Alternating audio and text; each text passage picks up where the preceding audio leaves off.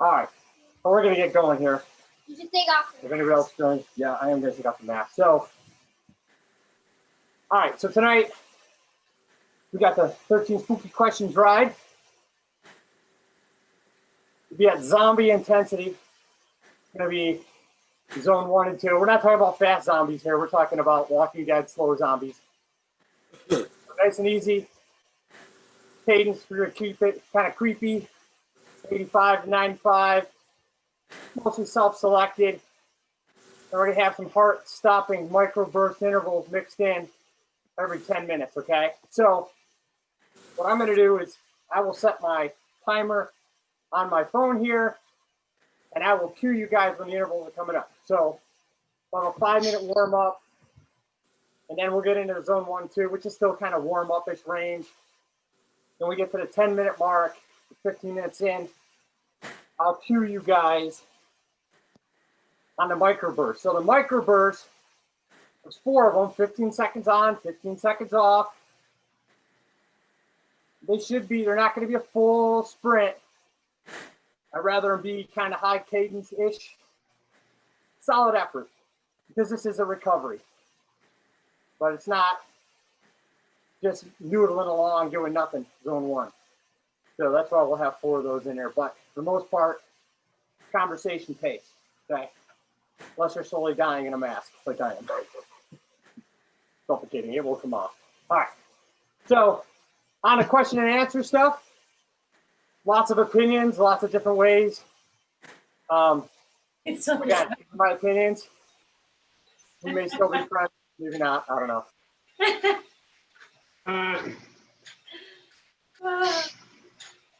All right. And stuff is probably pretty damn corny, borderline. I like it. Yeah, there's even not corny. I don't know. I'll stick to my daytime job. Coaching, not a comedian. All right, so we are going, everybody's probably been spinning along anyway, so what we're going to do is start the 10-minute warm-up.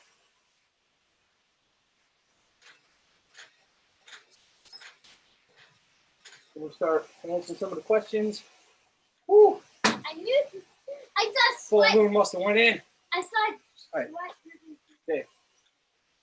Okay. All right. So that's one of the questions that came in. So what are my thoughts on fasted morning rides? Okay. And some of us have done these rides. Some of you, I've prescribed these rides. So it's really is what's the goal of the ride? That's the first thing I would always say. Somebody would ask me, you know, what are we after by doing Fat Max? You know, are we after Fat Max? Which, if you don't know what Fat Max is basically the power that the maximum power that you'd be using fat as a fuel or fatty acids, okay? Usually that's a pretty low intensity, okay? So if your goal is to train Fat Max, to train your power at that intensity, to train using fat as fuel, I'm good with it. It can also be used as speed adaptation. So typically, when I prescribe these type of workouts, and they're usually for folks, usually people are doing ultra distance, full Ironman. Takes a lot of discipline to make sure that we're in the right zone because it is a low intensity zone. But I'll have them take a carbohydrate in, like a gel, you know, an hour, 90 minutes in. But at the time of that, they're doing it fasted, okay? But it's also generally, you know, depends on the training period in the goal again. So maybe a base period, but I may have Ironman athletes do this, you know, 8 weeks out from a race, okay? Because it also can speed adaptations. When I am not a fan of it is when somebody's doing it for weight loss, because fasted rides, that's not what they're about. You're not going to burn more fat, lose fat, lean out by doing a fasted ride. Because most of the time you're probably riding at too high of an intensity and you're just going to crash and burn. All right. So again, generally a fan, but depends on the training goal and target.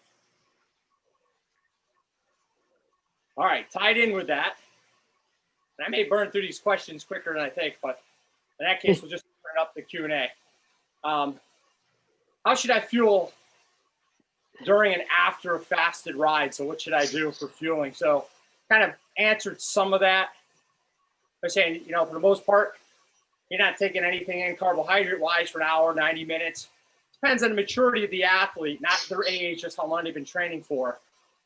But water, black coffee, that type of stuff for a fasted ride. At the 90-minute mark or hour mark, depending on how it's structured or what you're after, yeah, you could be taking in a drink, carbohydrates, Gatorade, whatever your drink du jour is. Afterwards, just like any training bout, you know, you want to eat quality. If you're doing a morning one, you know, eggs, toast, oatmeal, muesli, you know, something with some healthy fats, avocados, probably not a Pop-Tart, you know. So something that's, you know, good for you. If you're time crunched, you know, have a recovery shake. I'll touch base on some of that stuff too as we get through questions. And if you guys got questions on any of the specific topic that you want me to elaborate on something, I mean, you know, go ahead. This is your time. All right. Well, I answer that depends on how long the workout was. When the next workout will occur, that's going to be important, right? So is my workout going to be, am I doing a 2-a-day workout? That's going to be important. If I'm a vampire, that may be important as well. Fueling with blood is okay, as long as it's your own. All right. So tips for losing weight without impacting training and performance too much, right? So we're all after this. Most of us are after this, right? Advance. All right. So this one here, a couple ways to look at this really, but there's really no tricks to it. Ha ha ha, right? Oh, those are good. But I do recommend that you start it out gradually, right? We don't want to crash diet. I recommend using something like MyFitnessPal. Spend a week or two logging and tracking your food. Don't set anything yet. Don't set any macros. Just look at what you are eating and what you are burning, all right?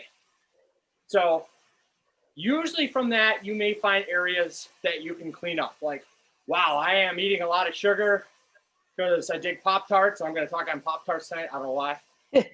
But anyways, and say, hey, that's an easy area to clean up. And so you self-adjust. Logging food, I don't think is a long-term type of thing. Unless you're into that, I just think it gets tedious. I think 2 weeks is usually key. That's enough time. MyFitnessPal, barcode scanner, you can scan everything in. So it's pretty easy to keep track of stuff. There's other apps. I'm actually testing a new nutrition platform that's supposed to integrate with Training Peaks. And they just sent me info on it today or last night. And so I'm going to check it out, see if it's something I think is worth it. I will certainly share it out. But weight loss, you know, there could be some hormonal stuff, definitely, but it's still primarily an energy equation. It is calories in and calories out for the most part. You need to burn more calories than you're taking in, but you need to get an idea of what that is, right? Because if between your just normal life processes and training, let's say you're going through 3,500 calories. One of these high intensity workouts you're doing, you could be 1,000 calories in that, right? And then during the day, another 25, easily 3,500 calories, right? And you're like, oh, I'm on a 15 calorie or 1,500 calorie, I'm eating, you know, toast and water diet. You're going to crash and burn if we're doing high intensity stuff. You're going to get sick. You're not going to hit the power numbers. So again, not rocket science here. It's discipline for the most part. More specific stuff, I'm not a nutritionist. It's just based on my experience. But, you know, there are people I can recommend who really want to get into it. But start simple, okay? All right. Well, Question number 4. All right. And this, I think, came up when we did the single leg stuff on Tuesday. So I'm definitely weaker. I'm definitely in the one leg weaker than the other category. In the other category, I cut and paste that. I didn't type that. What can I do to work on that? All right. So for many people, that's not abnormal, right? So how can you work on that? And I did touch base on some of this on Tuesday.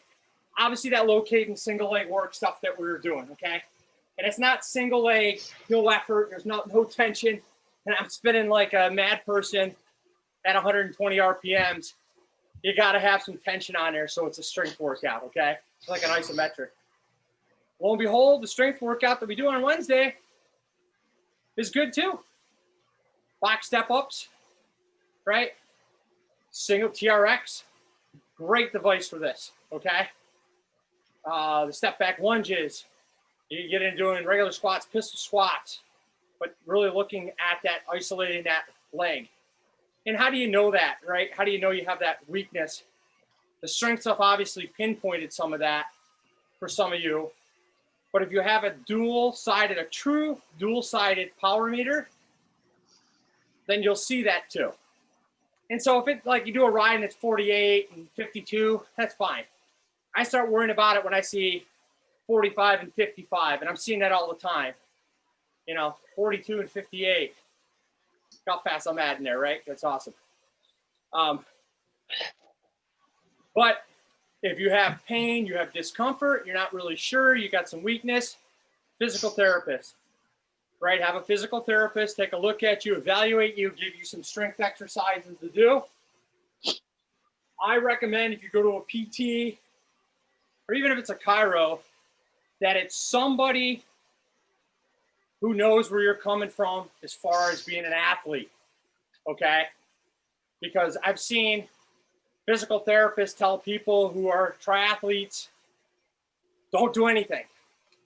And obviously they got their expertise, but then another physical therapist will be like, yeah, you can do this, this, and this. So I think it's good that they have some background. Maybe they're a runner, maybe they're a cyclist, maybe they're a triathlete, maybe they're a personal trainer on the side. All that stuff is good. So, and now, well, I didn't really find anything in PubMed and literature reviews.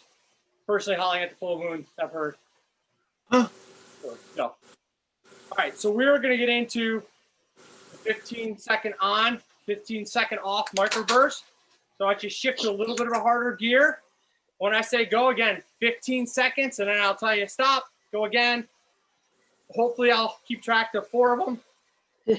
But gonna go in 5, 4, 3, 2, 1, and we're bursting.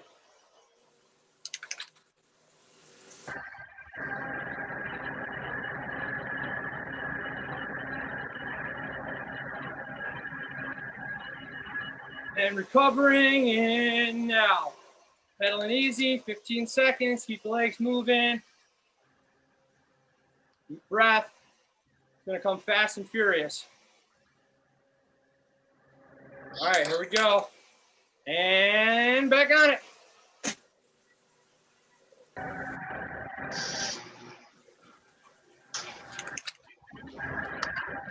Five seconds. And recovering.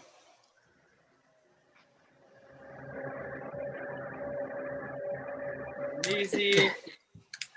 5 seconds. 3, 2, 1. Back on it.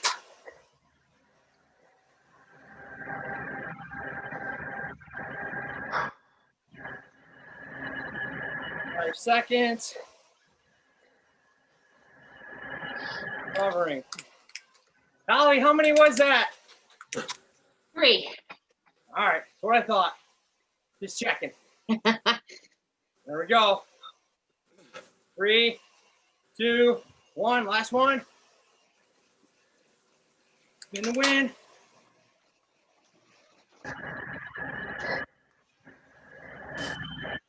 5 seconds.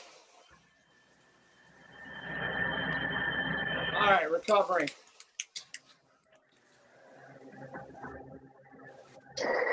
All right.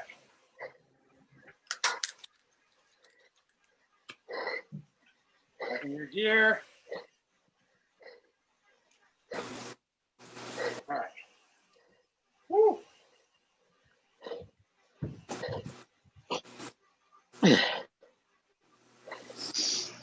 We'll move on.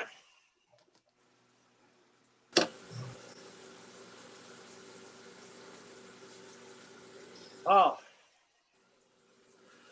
Amen to this one, right?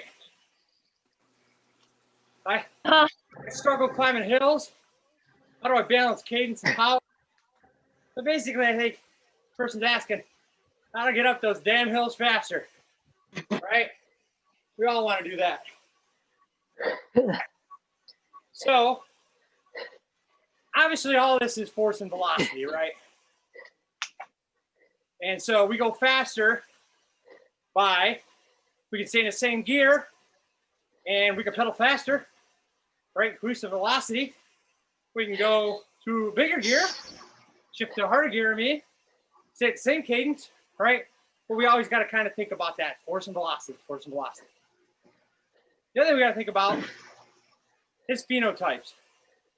And so we can kind of non-scientifically look at people and say, you know what? That dude looks like a climber, built like a climber, long and lanky. Or somebody's more muscular. Oh, they look like a sprinter. And that you know, non-scientifically, probably true. In that it's probably the muscle fiber types that they have. Sprinter obviously is going to have, you know, maybe not be a great climber, but they have a lot of muscle fibers that allow them to sprint really hard and fast, right? So power data can tell us that too. The other way we get there, I think I've heard this before. I think there was a joke. How do you get to Carnegie Hall, was it? But practice, practice, and practice. So a couple things with that. Practice hills. Get better at hills, you practice hills. Ride lots of different hills.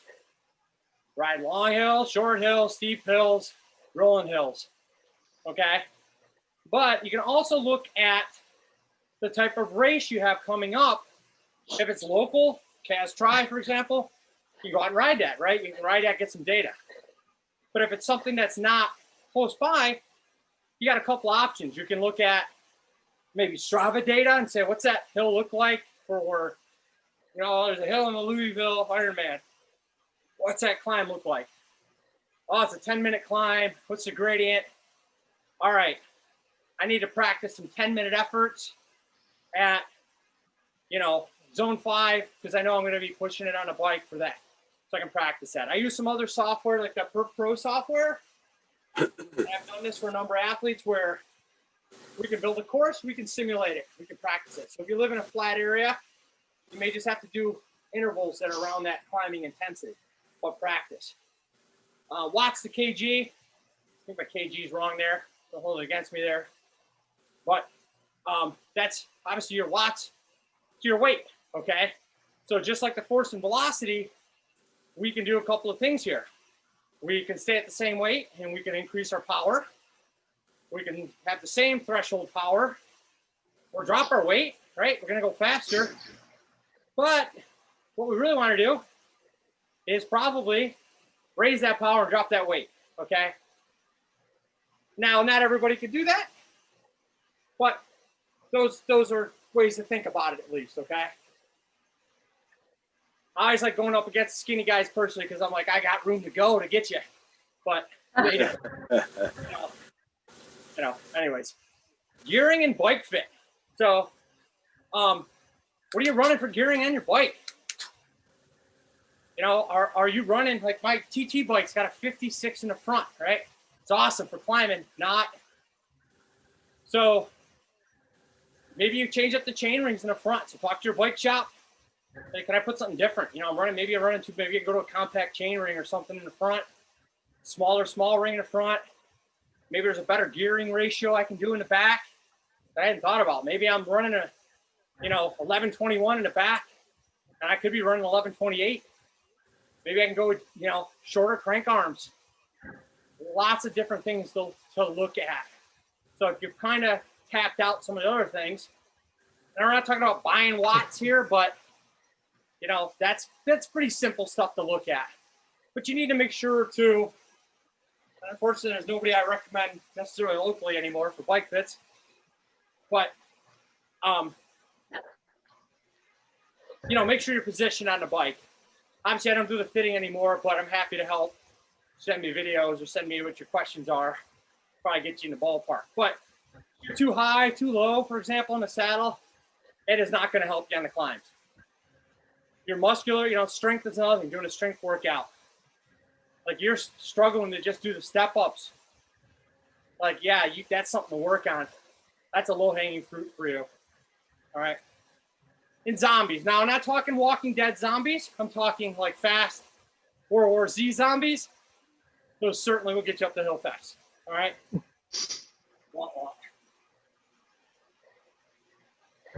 Try it here. All right. What's the best way to clear lactic acid in a rest period? Focus on power, cadence, or both. So great question. Tough question here too. So a couple of things. First, you really need to know what we call our lactate building rate, okay? This is how fast we are creating lactate, right?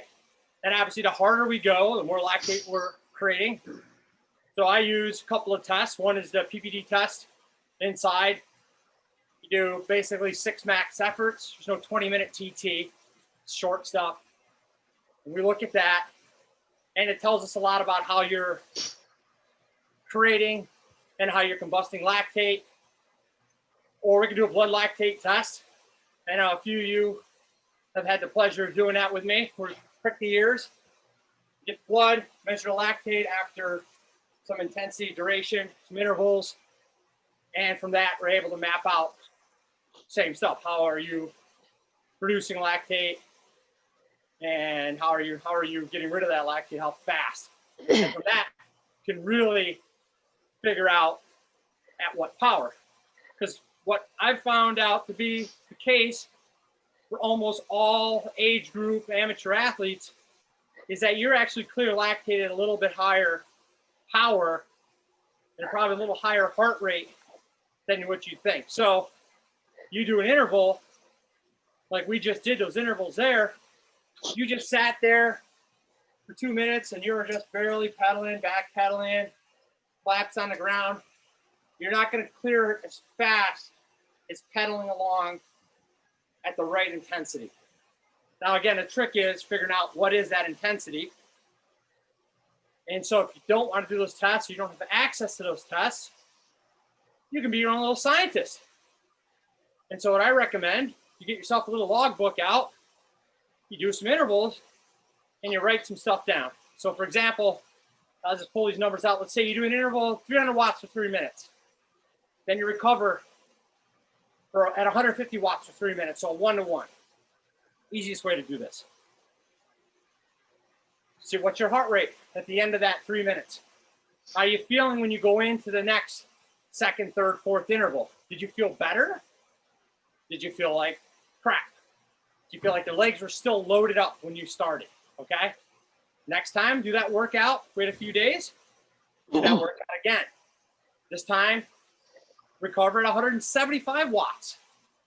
How did you feel? Better? Worse? Same? And then do it again, maybe at a lower. So, again, you don't have the data. It's more of a subjective thing. But I bet you could go a long way in understanding, what you're doing. There's nothing better than seeing somebody, too, that tells me they're doing some sort of zone 7 workout or Tabata workout. And they're riding, within an hour workout, they did 30 minutes of zone 7. Not possible. Because those systems never recharge faster. So you start understanding how fast these energy systems are recharging as well, too. Create some phosphate. Recharges, you got to go easy. It takes a long time. 10 minutes sometimes, 12 minutes between interval. Clearing that lactate, depending on how hard you went. 3, 4, 5 minutes. Some people have done the lactate testing with me. They've seen it 10, 12 minutes sometimes, right? So, but again, that is a couple of ways you can do it. So if you want to do the test, hit me up. I'd love for you guys to do it. It is awesome data to get. All right. We are going to get into doing our next set here of microbursts. Make sure you shift it in the right gear. All right. I'll count down from 5, 4, 3, 2, 1. Let's burst.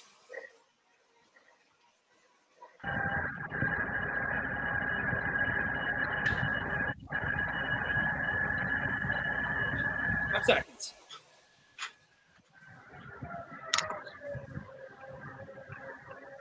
Three. All right, recovering. Oops, sorry.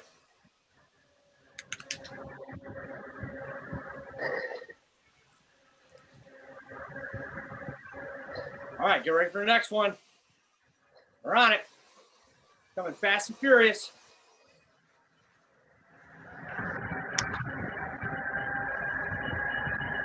Five seconds. All right, recovering.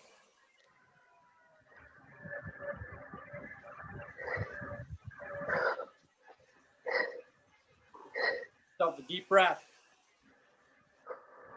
We're going again. All right, back on it.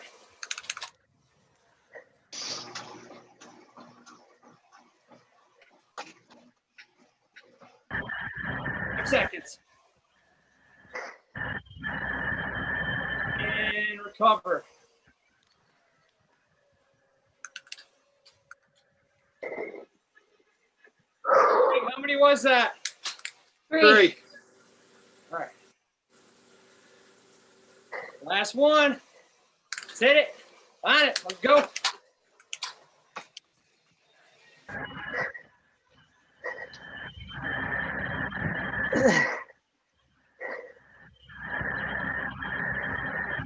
And recover. Woo.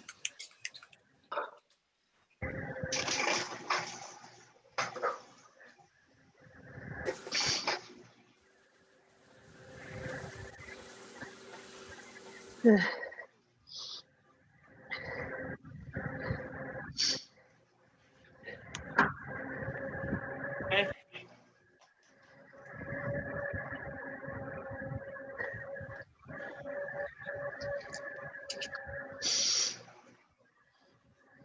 All right. Oh, I love this question. Should I plan to do a marathon in training to prepare for a full Ironman? I had a nickel. Nope. Not usually, right? But this really comes down to what's your goals here? Is your goals training for an Ironman? Is your goals training for a marathon? And if you tell me both, I'm gonna say how much time you got between the two. Because if you ran a marathon, an open race, open run as we call it, at race pace, some people have to be a month to recover from that, fully recover from it. So you're doing a marathon 6 weeks out from Ironman, not a good idea. 6 months, if you're trained for it, and you're not a brand new Ironman athlete, all right, maybe. Half marathon, I'm cool with. But the time that you may spend training for that marathon is probably the amount of run training is probably taken away from something else, okay? Maybe not the best bang for your buck right there, all right? Lots of downsides too. Obviously, we tend to see higher injury rates with more running. Again, depends on your background, right?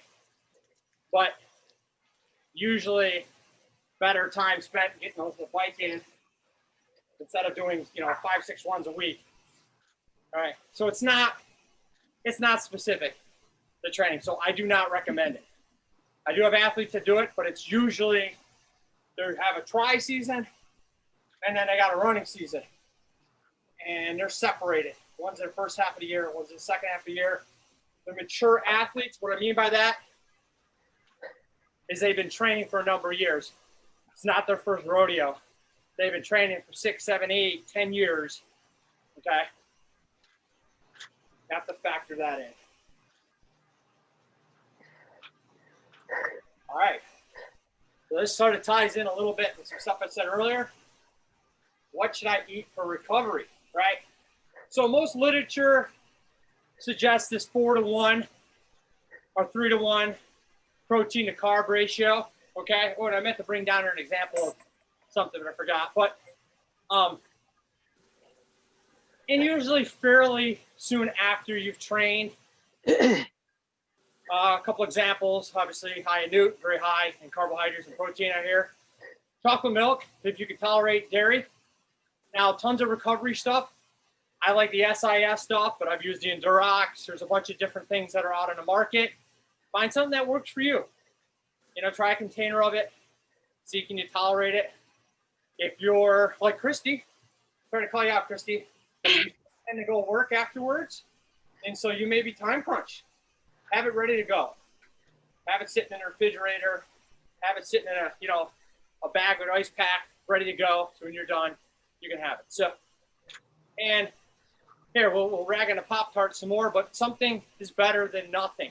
So if you have nothing handy, let's say you did a race and you got a 4-hour drive home and you didn't pack anything, I'd rather you stop and got something to eat, even if it's fast food, hate to say it, than nothing at all. So something in this case is better than nothing. Where do you get? I have NUT.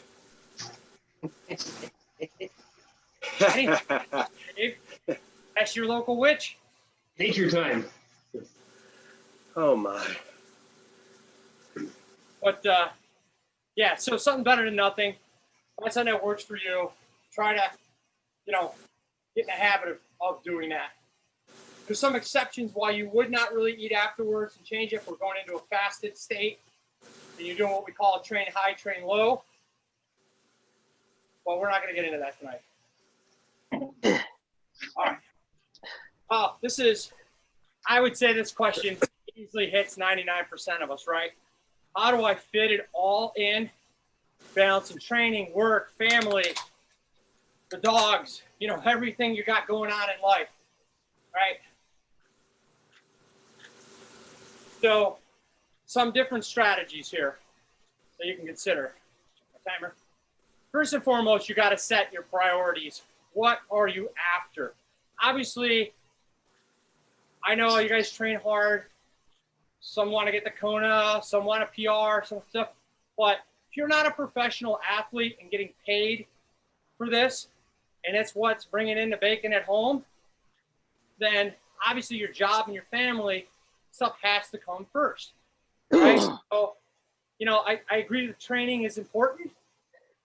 I agree training is sometimes our sanctuary and our stress relief, but you got to always go back and say, you know what, I got to feed the kids or I got to train. I won't say my kids got to eat dinner upstairs right now, so they won't starve. But anyways, key workouts. So look, if you're working with a coach, you can talk to the coach and say, hey, you know what? I got a crazy week or my week is snowballed. What do I do? What workout should I hit? And coaches should be able to tell you that information and say, you know what? I need you to get these in. Most of the time, my philosophy is you miss a workout, move on. All right, unless it's a key one, I'll move it. And you told me that you missed it. But ask them about the process. Like, what phase of training am I in? 2020 was a weird year because we didn't have races. So it's like we're kind of repeating cycles and phases. Yep. But you may say, I'm in base phase. You kind of figure out, or I'm in, build phase or whatever you're working using as far as your periodization scheme. You understand what that's about. So ask questions, do a little research on that. Habit building is a big one. So probably everybody knows it takes a couple of weeks really to build a solid habit. Even if it's not perfect, start somewhere. And this could simply be, these are the times of day that I'm working out. And like for some people, maybe it's nights, like, or a couple nights because you're joining me here. Other times, maybe it's morning. So get on that habit. Try to stick with it a couple of weeks. Things will tend to kind of fall in place. Obviously, when things fall apart, you go back to rule 1 and 2, right? What's my priority? What's my key workout, all right? But building those habits builds consistency. Consistency is going to get you a long way, all right? Especially if you're new to training. Now, fourth thing here is know when it's okay to rest those bones. I've said my athletes, many of you guys have heard me say, you need to be your own advocate. I don't know how you feel. If you're feeling run down, you're feeling tired, you're feeling really stressed, it's okay to rest. It's okay to miss a workout. You don't need to explain yourself to me or to your coach or to anybody else. You're not feeling it. You're not feeling well. Rest. Okay. But I've said in the recovery work, the thing that we did yesterday, you get faster and stronger when you rest. Okay. So we think about that cycle, right? We're training, we're breaking ourselves down, right? We're overreaching a little bit, but in recovery, we have this compensation, super compensation. And so like, if I have to rest, that's fine. Maybe, it's not a straight line building fitness, right? We're not machines. We're not computer software. So it's not a straight line. It's not meant to be. That doesn't always give you the best performance, okay? Detraining rates, there's some literature out there on it, but let's just put it this way. A couple of days off in a row, you're not losing anything if you've been training consistency. Week off, you're not really losing anything if you've been training consistently. 2 weeks off, you're probably not losing a ton even there, but you start to drop off, okay? But you're probably pretty rested, and you're probably ready to come and crush it when you come back. So don't stress over it, right? Life's got to do what it's got to do, right? And then look around and see what your support systems are, right? Build some support systems. Some of you're just getting to know each other on here. Some of us known each other for a while. Lean on your coach, lean on your spouse, lean on your boyfriend, lean on your sons and daughters, your moms and dads. We need a little help. We all need a little help now and then. God knows I do. So lots, professional. But, it's build out those systems. You got to sit down and write them out on a piece of paper. Like, where's my support? Where's my pillars? Okay. All right. We're going to do another microburst. Pretty good on time. Before we get into, do I need a TT or tri-bike to do triathlons? Ooh, I love this question. Stopwatch up. All right. 5 seconds. I'll give a count. 5, 4, 3, 2, 1. Burst.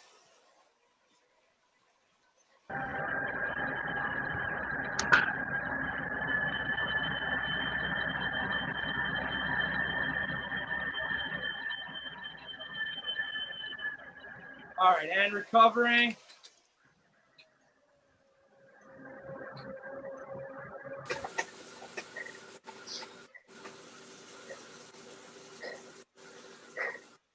There we go. Let's hit it. Bursting again.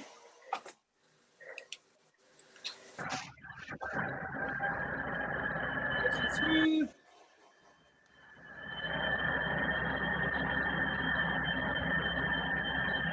And recovering.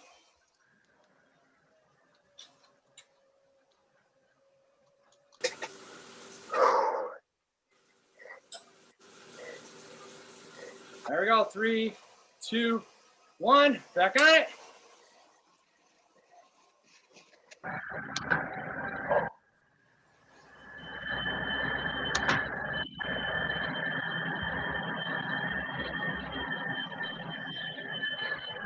And recovering. Kathy, how many was that? All right. Last one. 2, 1. Bursting. on, Greg. First Oh, it. You guys are too slow. I'm ahead of you. And recovery. What's that, buddy? I'm done with mine. I'm ahead of you. What? Yeah. All along.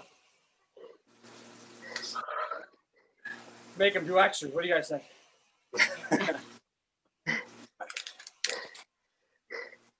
I think he only did 3. Felt like 12.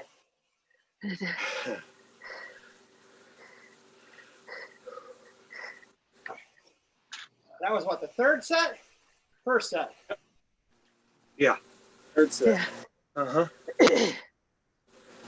All right. Do I need PT and tri-bike? All right. So, depends on a couple of things. Course, terrain, rider. And what I mean by the course is that longer courses will tend to favor the aero bike, okay? Compared to just a standard road bike. Not all the time, but most of the time, right? You just got more time to have the aero effect of that bike, gain you some minutes, some seconds. Now, that also depends on the rider. Can that person stay in an aero position? Is the course really hilly and they're standing up? So I pretty much say, if you're under 16 miles an hour, aero position is not helping you. You're up on the base bars the whole time like this. You got that expensive tri-bike, but you can't stay in that position. No point in it. A lot of times those bikes are heavier. So if it's a real hilly course, like those who've ridden the Syracuse 70.3 course, I think that's a course that's debatable whether or not a road bike could be faster. There's a lot of climbing in that. So if that's all you have, run what you brung, right? So you just got a road bike. You got a road bike with TT bars on it. Ride it. You know, or you got an aero bike, tri-bike, TT bike.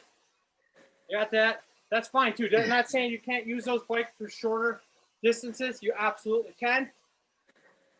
So I think as the distance gets longer, obviously the advantage grows. All right.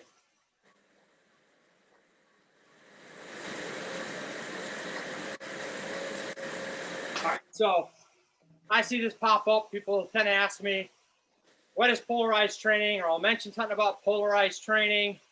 Should I be doing this polarized training? Or people heard of 80-20, a bunch of books out there that are popular. All right, so what polarized training really is, and so somebody else came up with this 80-20 thing, but it's polarized training. It's basically 80% of your training is done at a low intensity, and 20% is done at high intensity. There's no mid-range, there's no tempo stuff.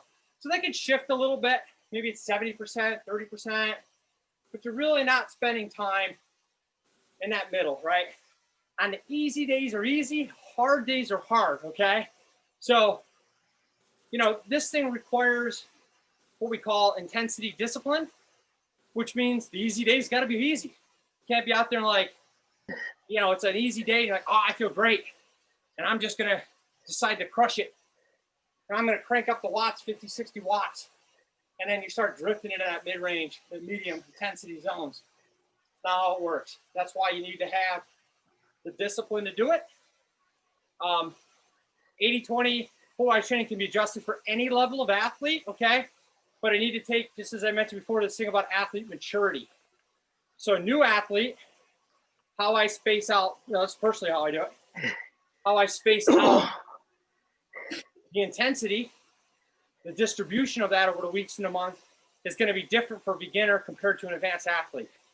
And when I use this strategy is different. I may use it in base. A lot of people think, oh, since 80% of it is easy endurance riding, maybe I should do it in base. However, for some triathletes, it may make sense to do it more in a lead up to your race because that low intensity may correspond to the intensity of your race pace. And then the high end stuff is keeping your VO2 max and other stuff kind of prime, okay? And I've heard, not that I experimented with, that during times of full moon, you got good legs for running. May or may not. We'll find out tomorrow. All right. Oh, low cadence training. So this is something I could talk about for an hour because there is a lot to why we do low cadence training, right? And a lot of people got into fashion of doing high cadence stuff, like Lance Armstrong, right? He's spinning up the Wes, 95, 100 RPMs. All right. Yeah. Okay.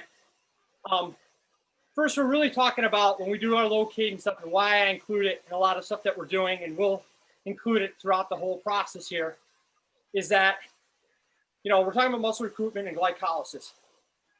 But low cadence really is mechanically more effective, right? So we're talking about gross efficiency. And that's generally the greatest power at the least amount of energy, right? So it's just balance. I want to put out the most power using the least amount of energy. And guess what? That happens somewhere between 50 and 80 RPMs, right? And we have to be careful because we could go too low and it becomes not efficient, or we can go too high. So we could be at 30 RPMs, not really efficient, right? We're wasting energy, or we're spinning like crazy. Not saying that there's not reasons for some of that, but it's not necessarily efficient, right? It's wasted energy. So again, we want to think about this balance, this gross efficiency, okay? Now, training a low cadence helps train fast twitch muscle fibers, okay? That makes them more efficient and makes them what we call resilient, okay? So a lot of times we think of fast twitch muscle fibers, we think of like sprinters and stuff like that.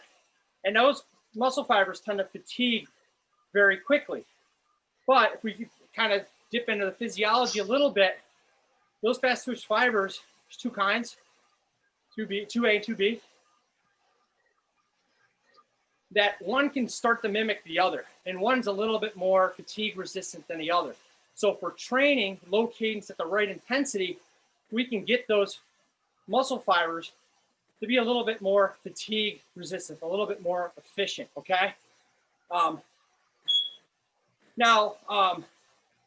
The other thing is lactate build rates, right? So this helps our lactate build rates, it lowers it. So when I had the question early on, talking about like how do I clear lactate, how fast I'm producing lactate, all this type of stuff. If I am training those muscle fibers and I am lowering my lactate build rate, how fast I am creating that lactate, guess what? I can go a little harder and a little faster than I was before, right? Because when I start building that lactate, at some point, now I'm burning carbohydrates, I'm going to fatigue faster. If I think of threshold, like threshold's a balance, right? Between how I'm consuming, how I'm producing it, and how I'm combusting it.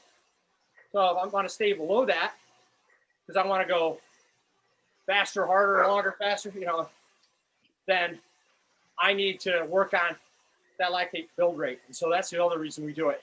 And so if we think about different events, we compare like a sprint to a full try, the gross efficiency is going to be different. I'm going to probably be at a higher cadence for a sprint than a full Ironman. But if I think again about efficiency, where do I want to be more efficient over time, over a longer distance? So when we look at data for athletes doing longer distance stuff, the cadence tends to be lower. Okay. So, that doesn't mean we skip the high cadence stuff. We need to mix it up. There are some benefits to the high cadence stuff. We need to be able to change cadence over very, different terrain. So we still want to mix it up. But it's interesting to look at figuring out where exactly are you most efficient, okay, and training that. So that's why we do the single leg stuff. That's why we're doing the low cadence work. All right. Over here. All right. We got one question left. We've got microburst coming up, the last microburst, and then we'll get to the last question. Then we'll have 10 minutes. You guys hit me with any other questions that you may have.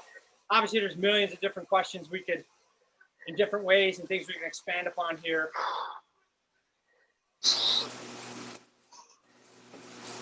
All right, pick my stopwatch up.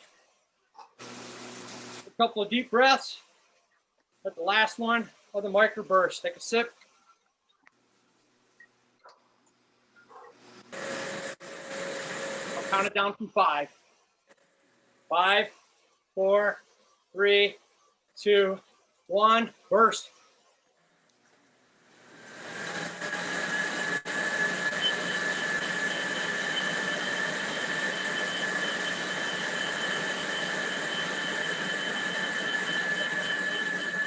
Three, 2, 1. Oh, recover. All right, I was off by a few seconds there. Sorry about that.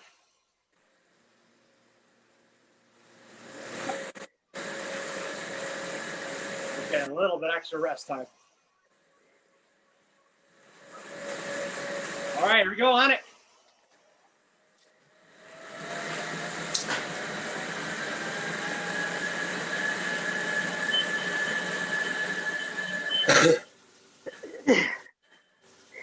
And recovering.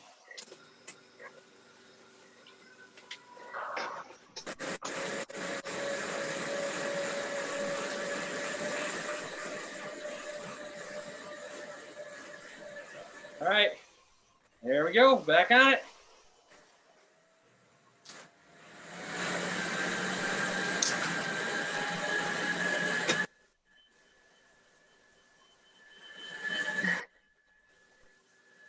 And recovering. Mr. Dave Allen, how many have we done there? 3. All right, you sure? Yep. Last one coming up. All right, we're on it.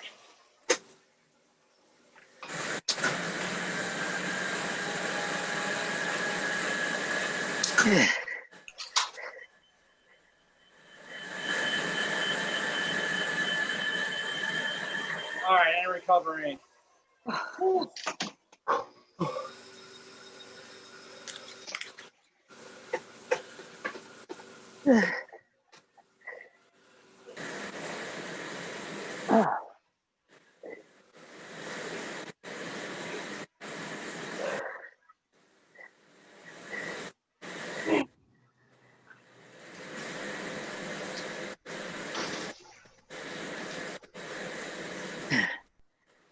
So should triathletes do sprint intervals? Now, there's a lot of different ways we can think about sprint intervals.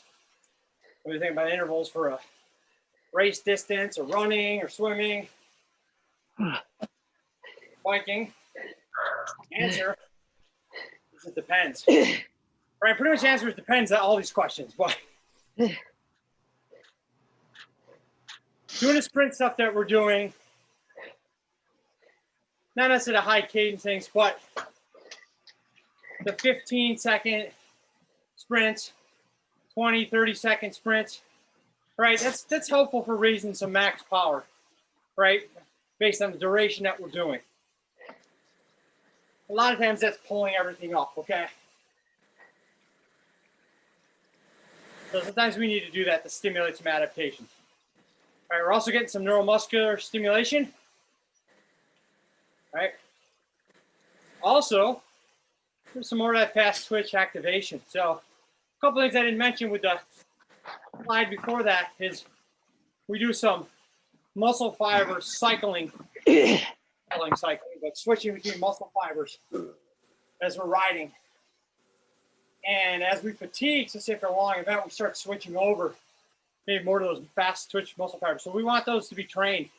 We never train those, and we got to use those. You know, it's like, I don't know, try to think of a scenario, T-Rex arms, you know, like I never use these things and I go to do something, lift something with them and there's nothing there because I never trained them, right? That doesn't mean you're training to do 2,000 watt sprints or ride a kilo on the track. Andy for out sprinting ghosts or whatever's chasing you, leaving your buddies behind at town line sprints. But it needs to be worked on here and there. And again, it's something based on the individual athlete, time of year, goals. Sprinkling it here and there is not going to hurt you. In fact, with some of my athletes, usually road racers, cyclocross guys, I'll use, and we did a workout that was similar to what I use to sometimes see where they're at. So they may have some sprints, a couple of sprints early in the week. You see where they're at. If they can't hit those, they normally hit those. All right, something's going on. So sometimes it's a good fatigue check. Again, I'm not looking for people to put out big numbers. That's what I'm talking about. Just whatever you put out in max effort. 200 watts, 2,000 watts. No max effort for whoever you are. All right. Oh, one other thing I thought about with